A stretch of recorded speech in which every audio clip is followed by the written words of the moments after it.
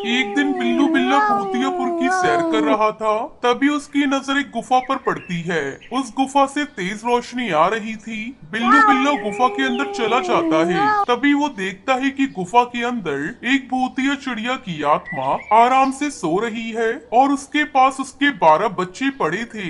अरे वाह, ये बच्चे तो बहुत खूबसूरत हैं। अब मैं इन्हें अपने साथ अपने घर ले जाऊंगा।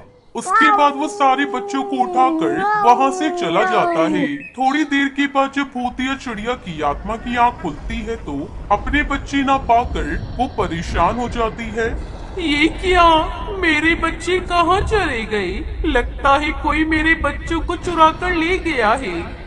उसके बाद भूतिया टूनी चिड़िया की आत्मा गुफा से बाहर निकलकर अपने बच्चों को ढूंढने लगती है। तभी पेड़ के ऊपर बैठी भूतिया सुंदरी कौवी की आत्मा उससे कहती है, सुनो भूतिया टूनी चिड़िया की आत्मा, थोड़ी देर पहले मैंने बिल्लू बिल्ला को तुम्हारे बच्चे ले जाते हुए देखा है। वो बहुत ही लालची और धोखेबाज है। तुम जल्दी से बिल्लू बिल्ला के पास जाकर उससे विनती करो, शायद उसका दिल पिघल जाए और वो तुम्हारे बच्चे वापस कर दे। हाँ, तुम ठीक कहती हो, मुझे ऐसा ही करना चाहिए। भूतिया टूनी चिड़िया की आत्मा बिल्लू बिल्ला के घर की ओर निकल जाती है, लेकिन वहाँ पहुँचते ही पहरेदार उसे रोक लेते हैं। मियाँ, अरे ये भूतिया टूनी चिड़िया की आत्मा यहाँ क्या करने आई है? देख, तुम भूतिया चिड़िया की आत्मा अंदर नहीं जा सकती। चल निकल यहाँ से। दया करके मुझे अंदर जाने दो। बिल्लू बिल्ला ने मेरे बच्चे चुराए हैं। क्या कहा? तू बिल्लू बिल्ला को चोर कह रही है? तेरी इतनी हिम्मत! चल यहाँ से भाग जा, वरना हम दोनों तुझे जलाकर मार देंगे। मियाँ। इस तरह वो भूतिया टूनी चिड़िया की आत्मा को मारकर वहाँ से भगा देते हैं। उसके बाद भूतिया टूनी चिड़िया की आत्मा एक पेड़ के नीचे बैठकर वहाँ से गुजर रहा जादूगर कालू कौआ उसे देख लेता है। अरे क्या हुआ टुनटुनी, तू यहाँ बैठकर क्यों रो रही है? आखिर क्या बात है? क्या बताऊं, बिल्लू बिल्ला ने मेरे 12 बच्चे चुरा लिए हैं। मुझे डर है कि कहीं वो मेरे बच्चे को जान से ना मार दे। जब मैं उसके घर के अंदर दाखिल होने की कोशिश कर रही थी, तब वहाँ की बिल्लियों ने मेरी खूब पिटाई की। अब मैं अपने बच्चे को कैसे बचाऊं? अरे मेरे होते हुए तुझे फिक्र करने की कोई जरूरत नहीं है। चल मेरे साथ, आज मैं उस दुष्ट बिल्लू बिल्ला की खबर लूंगा। फिर जादूगर कालू कौआ भूतिया टूनी चिड़िया की आत्मा को अपने साथ बिल्लू बिल्ला के घर की तरफ ले जाता है। फिर वो अपने जादू से जहरीला धुआं छोड़कर फाटक पर खड़ी बिल्लियों को बेहोश कर देता है। उसके बाद वो दोनों सीधा उसके घर में पहुंच जाते हैं। देख बिल्लू बिल्ला, तूने भूतिया चिड़िया की आत्मा के बच्चे चुराकर ठीक नहीं किया। चल सीधी तरह से इसके बच्चे वापस कर, वरना तेरा अंजाम बहुत बुरा होगा। जानी, मेरे दरबार में खड़े होकर तू मुझे ही धमकी दे रहा है? ठहर जा, मैं अभी तुझे मजा चखाता हूँ। इतना कहकर बिल्लू बिल्ला जादूगर कालू कौए को एक बड़े पिंजरे के अंदर कैद कर देता है। लेकिन तभी जादूगर कालू कौआ अपनी जादुई छड़ी से पिंजरे को काट कर आजाद हो जाता है। उसके बाद वो बिल्लू बिल्ला की बेटी को पकड़ लेता है। ओए देख, तुझे अपनी जान प्यारी है तो भूतिया चिड़िया की आत्मा के सारे बच्चे वापस कर दे, वरना मैं तेरी बेटी को मारकर खा जाऊंगा। अपनी बेटी की जान खतरे में देखकर बिल्लू बिल्ला घबरा जाता है। जानी, मेरी बेटी को छोड़ दो, मैं अपनी बेटी के बिना जिंदा नहीं रह सकता।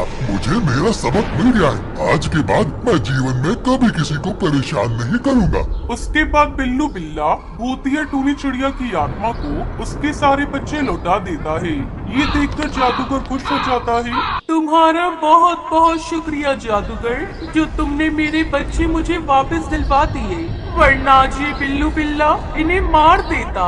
लेकिन तुमने मेरे 12 बच्चों को आज नई जिंदगी दी। भूतिया टूनी चिड़िया की आत्मा अपने बच्चों को लेकर वहाँ से चली जाती है और खुशी खुशी अपने परिवार के साथ जिंदगी बिताती है। कहानी सोनपुर के गांव की है। वो गांव बहुत घने जंगलों से घिरा हुआ था। नदी के किनारे पर भूतिया टूनी चिड़िया की आत्मा का पास का घर था, जहाँ काली शक्तियों का बसेरा था। कोई भी पक्षी वहाँ नहीं जाया करता था। लेकिन एक दिन की बात है, उस दिन एक लकड़हारा लकड़ी काटते हुए गलती से उस भूतिया टूनी चिड़िया की आत्मा के बास के घर के पास पहुँच जाता है और उस घर को देखकर डर जाता है। हे भगवान, ये मैं कहाँ गया? मैं इतनी बड़ी गलती कैसे कर सकता हूँ? वो भूतिया टूनी चिड़िया की आत्मा मुझे जिंदा चबा जाएगी। इतना बोलकर कालू कौआ वहाँ से भागने लगता है। तभी उसके सामने अचानक से भूतिया चिड़िया की आत्मा आ जाती है। बरसों से मैं पक्षी के खून की प्यासी थी, पर आज तुझे मारकर तेरा खून पीकर मैं अपनी प्यास बुझाऊंगी। मुझे छोड़ दो, मुझे मत मारो, मैं फिर कभी नहीं आऊंगा। भगवान के लिए मेरी जान बख्श दो। तुझे कैसे छोड़ दूं? इतनी मुश्किल से तो मैं शिकार करती हूँ, और आज जब खुद मेरा शिकार चलकर यहाँ आया है तो मैं उसे जाने नहीं दे सकती ना बाबू। अब तो तुझे मरना ही होगा। जिसके बाद भूतिया टूनी चिड़िया की आत्मा उसे मारकर खून पी जाती है और इस हादसे को कुछ दिन बीत जाते हैं। और फिर एक दिन शहर से 3 दोस्त आत्माओं के ऊपर रिसर्च करने के लिए उसी जंगल में से एक दोस्त बंटी बोलता है, लो आज हम अपनी मंजिल पर पहुंच ही गए। अब हम यहाँ रिसर्च करेंगे और पूरी दुनिया को आत्माओं का सच बताएंगे। हाँ यार, सही कहा तूने। मैं कब से इस दिन का इंतजार कर रहा था। मैं तो अभी से ही बहुत एक्साइटेड हूँ कि कब सुबह हो और हम उस जंगल में जाएं। बंद करो एक्साइटेड होना। अगर वहाँ सचमुच की भूतिया चिड़िया की आत्मा निकली तो सोचो हमारा क्या होगा। कुछ नहीं होगा, सो चिल करो गाइस और जाकर सो जाओ। हरी की बात सुनकर वो सभी अपने कमरे में जाकर सो जाते हैं। अगले दिन उठकर तीनों दोस्त उसी घने जंगल में जाने लगते हैं कि तभी उन्हें एक बूढ़ा बाबा मिलता है और उनसे बोलता है, बेटा तुम लोग वहाँ मत जाओ, वहाँ खतरा है। जो भी वहाँ जाता है जिंदा लौटकर वापस नहीं आता। बाबा, हमारा काम ही भूतिया चिड़िया की आत्मा पर रिसर्च करने का है, तो आप हमारी चिंता मत करिए। तुम लोग नहीं मानोगे, ठीक है फिर चले जाओ, लेकिन उससे पहले तुम ये लॉकेट पहन लो, ये तुम लोगों की रक्षा करेगा। जिसके बाद बूढ़ा बाबा वो लॉकेट देकर वहाँ से चले जाता है और बंटी और टुनटुनी उस लॉकेट को पहन लेते हैं। लेकिन हरी उस लॉकेट को नहीं पहनता और बोलता है, मैं नहीं डरता किसी भूतिया चिड़िया की आत्मा से। ये लो टुनटुनी, तुम इसे अपने पास रख लो। पहन लो ना, एक लॉकेट तो पहनना है, उसमें भी तुम लोग इतने नखरे कर रहे हो। पर हरी लॉकेट नहीं पहनता। फिर वो सभी बीचों बीच जंगल में पहुँच जाते हैं। दोस्तों, क्या आज रात हम यहीं रुक सकते हैं? मैं बहुत ज्यादा थक गई हूँ और मुझसे एक कदम भी और नहीं सभी चला अपना जाएगा। टेंट डालकर वहीं सो जाते हैं। तभी हरी तोता को किसी की हंसी की आवाज आती है। तभी हरी तोता अपने टेंट से बाहर आकर देखता है कि भूतिया टूनी चिड़िया की आत्मा उसके सामने खड़ी होती है। भूतिया चिड़िया की आत्मा? नहीं, मैं भूतिया चिड़िया की आत्मा नहीं, कटरीना कैफ हूँ। देख, मेरे साथ सल्लू भी आया है। वो तुझे दिखता नहीं है क्या? ये मेरी जगह है और तुम सभी ने यहाँ आकर गलती की है। सबके सब मारे जाओगे। यहाँ आने वाला पक्षी कभी जिंदा लौटकर वापस नहीं जाता। इतना बोलकर वो उसे मार देती है और अपना अगला शिकार ढूंढने के लिए बंटी के टेंट में पहुंच जाती है। वो चिल्लाने लगता है। तभी टुनटुनी भूतिया टूनी चिड़िया की आत्मा से बोलती है, कौन हो तुम और क्यों पक्षियों को मार रही हो? आखिर क्या बिगाड़ा है पक्षियों ने तुम्हारा? क्यों तुम यहाँ मौत का तांडव कर रही हो? मैं तुझे ये सब क्यों बताऊं? और तू कौन है मुझसे ये सब पूछने वाली? एक पैरानॉर्मल एक्सपर्ट हूँ और मेरे पास एविल डिक्रीज करने की पावर है। अगर तूने मुझे सच नहीं बताया तो मैं इसी वक्त तेरा खात्मा कर दूंगी। जा, मैं तेरी इन खोखली धमकियों से नहीं डरती। रुक, मैं तुझे अभी सबक सिखाती हूँ।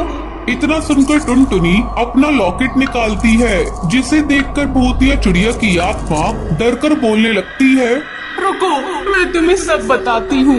मेरा नाम टूनी था और मैं बहुत ज्यादा खूबसूरत थी। इस वजह से जंगल के बहुत से पक्षी मुझसे शादी करना चाहते थे। वो सब मुझे परेशान करते थे, इसलिए मैं अपनी माँ को लेकर एक नदी के किनारे चली गई। वहाँ मैंने बांस का घर बनाया और इसमें रहना शुरू कर दिया। लेकिन एक दिन जंगल से दो डाकू गुजर रहे थे। वो मेरे बांस के घर में घुस गए और हमारे घर का सामान लूटकर हमें मारकर वहाँ से भाग गए। इसलिए मैं पक्षियों को मारकर अपनी मौत का बदला ले रही हूँ। मैं मानता हूँ तुम्हारे साथ गलत हुआ, लेकिन अब तुम यहाँ से अपनी दुनिया में वापस चली जाओ। नहीं, मैं नहीं जाऊंगी। ये मेरा बांस का घर है, मैं हमेशा इसी में रहूंगी। बंटी के बार बार समझाने पर भी भूतिया टूनी चिड़िया की आत्मा नहीं मानती, जिसके बाद बंटी लॉकेट उसके माथे पर चिपका देता है, जिसकी रोशनी से भूतिया टूनी चिड़िया की आत्मा वहीं भस्म हो जाती है और टुनटुनी अपने दोस्तों के साथ वापस अपने घर चली जाती है।